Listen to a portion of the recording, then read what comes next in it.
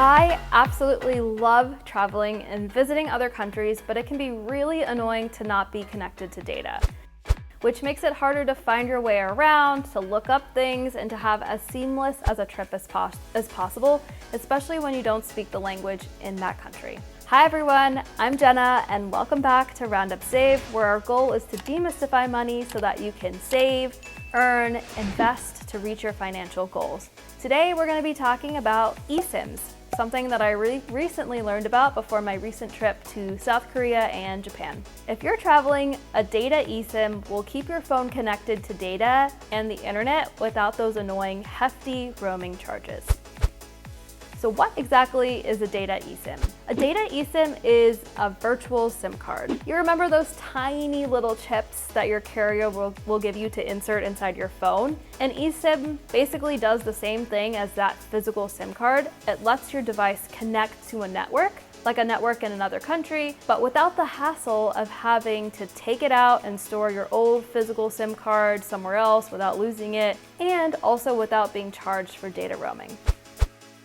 So what are roaming charges? Roaming occurs when your device is roaming, when your device connects to another network outside of your usual coverage zone. So for example, if you have AT&T and traveled to the Dominican Republic with your device, if you left your phone on, it would roam to connect to the local Dominican Republic network. And that is why they charge you insane prices like $10 a day to be connected to data. But when you disable data roaming by switching the roaming off on your phone, your home carrier can't charge you for roaming. So there's no expensive roaming fees once that data roaming is turned off.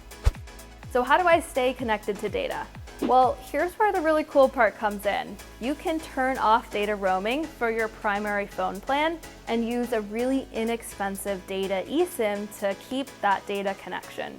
You can use your phone for everything like you normally would do. Email, texting, calling, maps, social media, all of it, but without trying to constantly find Wi-Fi or hotspots. So by using an eSIM, you're connected to a local network and you basically prepay small amounts of data, which is why eSIM prices are generally pretty inexpensive compared to your home carrier plans. And of course, there's no roaming. So where do you buy an eSIM? There's a lot of eSIM providers. Allo, Nomad, Airlo, Unagi are all examples. Hopefully I said those all right. On my trip to South Korea and Japan, I purchased a regional South Asia pass on Airlo, and I got 3 gigabytes of data to use in both countries for 30 days for $10, and I got $3 off using a promo code. This was crazy to me because on a 2.5-week trip, I could have paid almost $300 through AT&T if I wanted to use their international plan, and I would have been charged $10 a day. It was super easy to install, and I just had to make sure to select the eSIM as my cellular data instead of my primary line through AT&T. So can you still make calls and text? Well, yes, you can technically still make calls using internet-based tools like WhatsApp or FaceTime, but you can actually still make and receive calls on your phone using your primary phone number. Those high fees that are associated with your phone while traveling internationally is usually associated with data roaming. But if you're using an eSIM for data, then they can't charge you those crazy prices. So you can still leave your primary phone line on so that it's working. The phone carrier will likely charge a small fee for individual calling for minutes and text. And I definitely recommend chatting with them to see like how much they're actually going to charge for calls and texts, but it's the same thing goes for texting. If you have data, WhatsApp and iMessage are free, and technically you could still use your primary line. So when I was in South Korea, I was still able to get text messages. For example, I had a reservation booked. When I got back and I was still able to get the text message to like confirm it, but I didn't actually confirm it because I didn't want to be charged any fees. Also note that not all phones are compatible with eSIMs. So if you have an iPhone XR or higher, they have eSIM capability, and the newer iPhones have dual SIMs, which also allow for eSIM use. They also work with Samsung Galaxies, the S20 series, Google Pixel 3 and 3 XL, and even the Motorola Razr.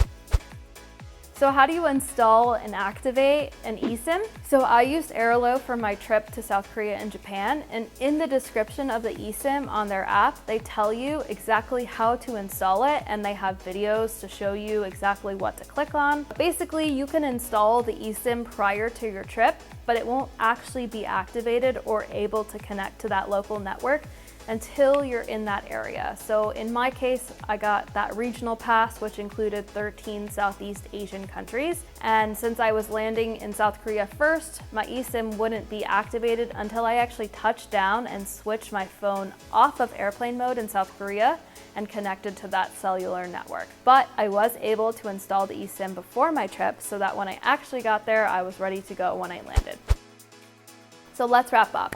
All in all, eSIMs are a game-changing hack for international travel, and I'm really surprised that I did not know about this sooner. You can be connected to data and the internet for a fraction of the price. That's truly an incredible piece of technology that I'm very late to the game for, but at least I know now. I'll include my promo code on Airalo for $3 off your first eSIM purchase. My promo code is JENNA3286. Okay, that's it everyone. Hopefully you found this video helpful. If you like content like this, please make sure to subscribe to our channel and like the video. It really helps us out. As always, feel free to drop a comment below, and see you next time on RoundUpSave.